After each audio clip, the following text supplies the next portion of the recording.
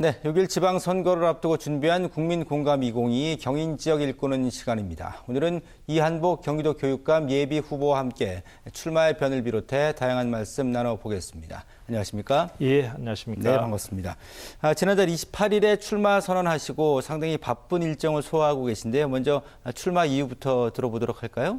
예, 잘 아시다시피 경기교육은 대한민국 교육의 4분의 1 이상을 차지하고 학생 수만 해도 28%가 넘고요. 그리고 그 도시지역과 농촌 등의 다양성이 있는 이런 교육이고 경기교육이 흔들린다면 그것은 곧 대한민국 교육이 흔들리는 것이고 그렇기 때문에 경기교육을 가장 잘 알고 잘 할 수 있는 사람이 네. 준비된 사람이 교육감으로서 경기교육을 이어가야 된다라고 하는 믿음을 가지고 제가 가장 적임자라는 생각을 하면서 출마를 하게 되었습니다. 네네. 지금 말씀을 경기 교육을 잘 알고 있는 사람이 교육감으로서 역할을 해야 된다 이렇게 표현을 하셨는데요.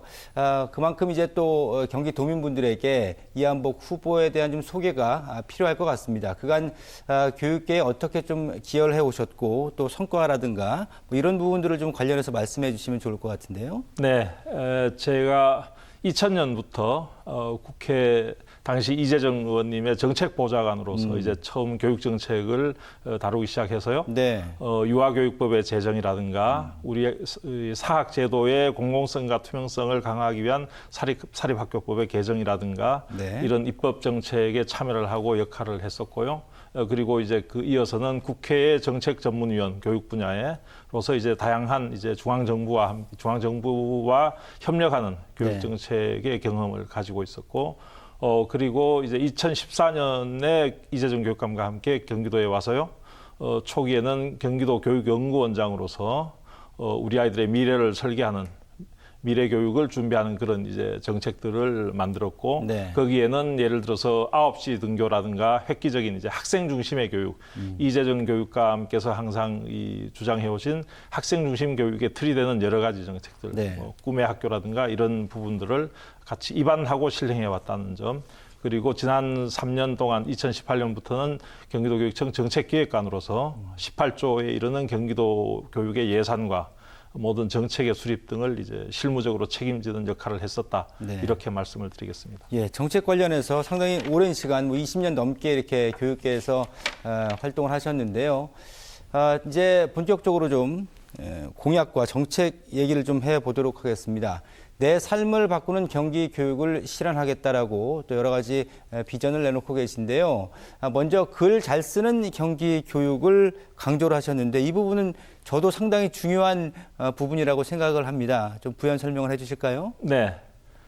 저희가 경기도에서 혁신교육을 시작한 지 벌써 13년이 넘고 있지만 초등학교에서 아주 모범적으로 실시되는 혁신교육들이 중고등학교 가면서 입시에 부딪히면서 네. 이제 취약한 모습을 보이는 것이 현실입니다. 그리고 결국은 아이들이나 부모님들이 수능 중심의 수능을 준비하기 위한 이런 교육을 피할 수 없는 것이고 네. 제가 고민을 한 것은 이제 우리 아이들이 미래를 살아갈 때 과연 오지선다의 수능 중심의 교육이 더 유용하고 도움이 될 것인가? 우리 아이들의 필요한 역량인지 아니면 이제 그 글쓰기라고 하는 것은 글쓰기를 잘하기 위해서는 생각의 힘을 키워야 되지 않습니까? 네네.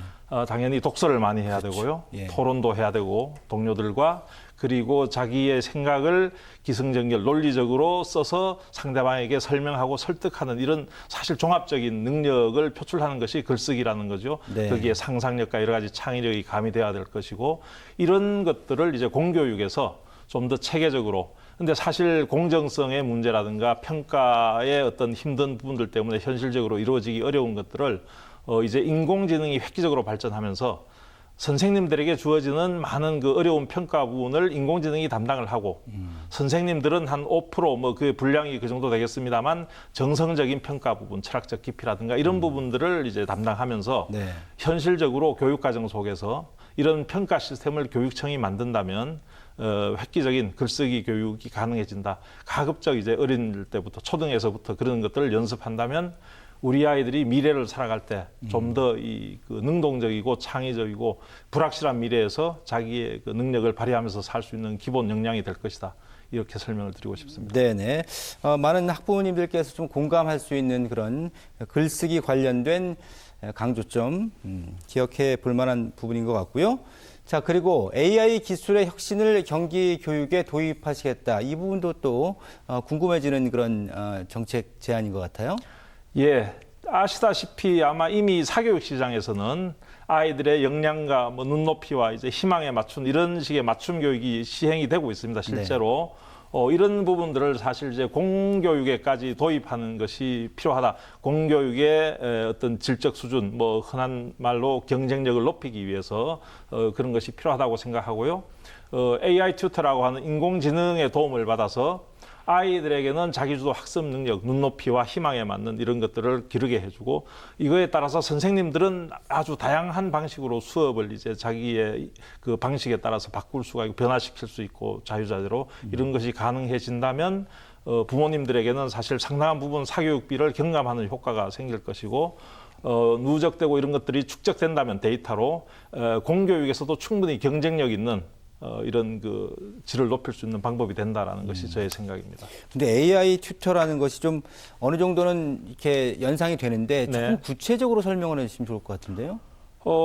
그러니까 그 여러 가지 프로그램들이 지금 이미 나와 있는 것이 네네. 있고 중요한 것은 이제 그 빅데이터 그러니까 경기도에 있는 160만의 학생들과 10만의 선생님들 이 이제 다양한 자기의 학습 수준이라든가 경험이라든가 이런 것들을 한 군데 담아서 그것이 자료로 활용이 된다면 가장 이 질 높고 좋은 높은 수준의 경쟁력 있는 AI 시스템이 될 것이다. 교육력을 강화하는 그렇게 생각하고 있습니다. 예, 일단 효율성을 극대화시킬 수 있는 방안이 될 수 있겠다. 뭐 그런 생각이 좀 들고요.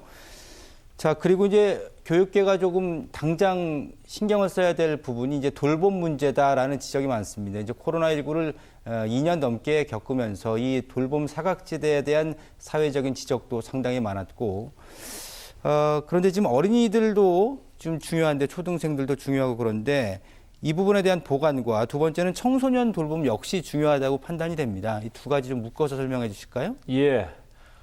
먼저 좀 이제 말씀을 드리자면 돌봄이라는 단어 자체가 이게 이제 좀 어른들의 기성세대나 이제 어른들의 시각에서 있는 것이고, 우리 아이들은 뭐 청소년까지 누구나 자유롭게 자기들 사회성과 정서를 키우면서 자라날 이런 권리를 가지고 있죠. 네. 근데 이제 말씀하신 것처럼 예를 들어서 코로나 때문에 더 환경과 모든 조건들이 어려워지고 이런 건데 제가 이제 지난 첫 공약 발표에서 내놓은 것은 아이 중심의 100개의 키즈존을 이렇게 만들겠다, 시범적으로 만들겠다라고 하는 건데요.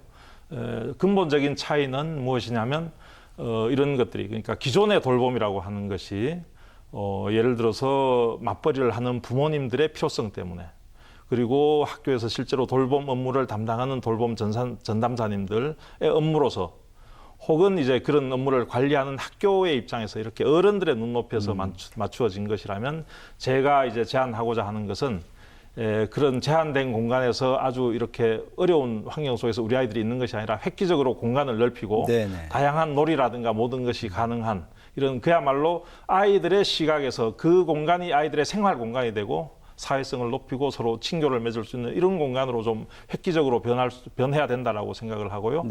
이런 이야기들을 제가 설명을 드리면 지자체 단체장님들이나 많은 분들이 공감을 해주시고 그것이 이제 학교만이 아니고 필요하다면 학교 밖으로 나가서도 좀 폭넓게 그런 시설들이 있었으면 좋겠다라는 말씀들을 주시고요. 마찬가지 차원에서 이제 청소년 전용의 공간이라고 하는 것.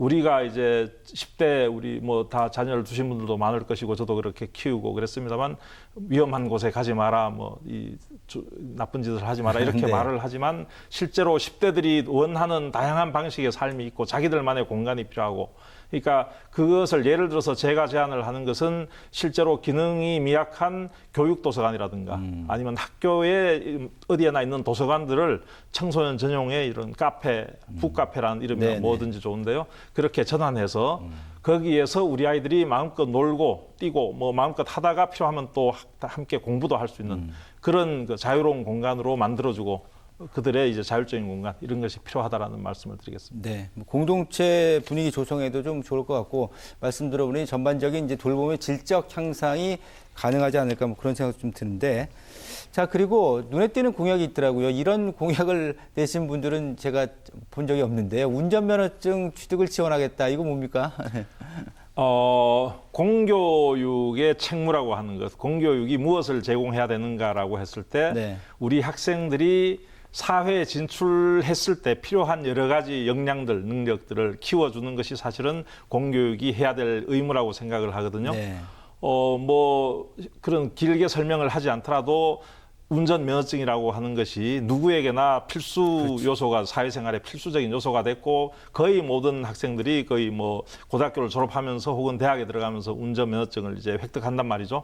근데 그렇게 필요한 거라면 공교육에서 좀 제공을 해서 그런 뭐 비용 부담을 하거나 제가 이제 그 아이디어를 모아서 공약으로 내세운 것은 한 5만 원 정도의 낮은 비용 부담으로 사회에 나가기 전에 학교 재학 중에 운전면허를 딸 수 있도록 그렇게 지원을 해주자라고 네네. 하는 것, 그것이 의무고 운전면허증만이 아니라 사회생활이나 취업에 필요한 다양한 종류의 국가면허증들 네. 이런 것들을 취득할 때도 마찬가지에 이제 지원을 해줘서 작은 부담으로 그런 것들을 획득할 수 있게 하자는 취지입니다. 예, 그렇군요. 자, 그리고 최근에 이제 교육부 장관 겸 사회부총리의 김인철 전 한국외대 총장이 지명이 됐는데 이 후보께서 최근에 지명을 철회해야 된다 이런 주장을 좀 하셨거든요. 어떤 이유가 있을까요? 몇 가지 뭐 이유가 있는데요. 일단 보도된 것들을 보자면 무엇보다도 이제 도덕성이나 품격에서 예컨대 뭐 이 교육부 감사에서 법인 카드 이런 비용들의 유용이라고 하는 것들이 이제 확인이 된 게 있고 학생이나 다른 분들에게 이제 막말을 해서 이제 그 대학 사회의 어떤 전체적인 품격을 떨어뜨린 이런 문제들이 이제 거론이 되고 있는데 제가 생각하는 것은 이제 교육을 담당하는 한 사람으로서 가장 우려스러운 것은 이분이 제기한 것이 뭐 자사고나 특목고의 유지라든가 그러니까 전체적으로 어떤 미래지향적인 우리 아이들에게 필요하고 우리 사회에 필요한 미래 교육에 대한 비전보다가는 과거에 이미 좀 실패했고 문제가 있었던 이런 교육 정책들을 실제로 그쪽으로 회귀하려고 하는 그런 모습들을 보이는 것이 사실은 그러니까 뭐라고 할까 미래 비전이나 교육 철학이 사실 네. 부재해 보인다라고 하는 것이 가장 우려스러운 점이라고 생각을 합니다. 네, 알겠습니다. 자, 시간이 금방 지나갔습니다. 이제 마지막 질문 경기도민분들에게 전하고 싶은 당부하고 싶은 말씀 해주시면 될 것 같습니다. 예, 경기도민 여러분께 말씀을 드리는데요.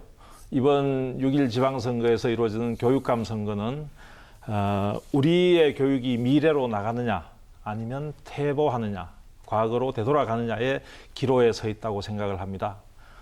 김상곤 교육감으로부터 시작된 혁신교육, 이재정 교육감이 8년 동안 이루어놓은 학생 중심의 교육, 이러한 것들이 흔들림 없이 나갈 수 있도록 꼭 지켜내야 된다는 모두 힘을 합쳐서 지켜야 한다는 생각을 하고요. 반드시 그것을 제가 이루겠다라고 그렇게 약속을 드립니다. 감사합니다. 네. 네, 지금까지 이한복 경기도 교육감 예비 후보와 함께 다양한 말씀 나눠봤습니다. 늦은 시간 대단히 고맙습니다. 감사합니다. 네.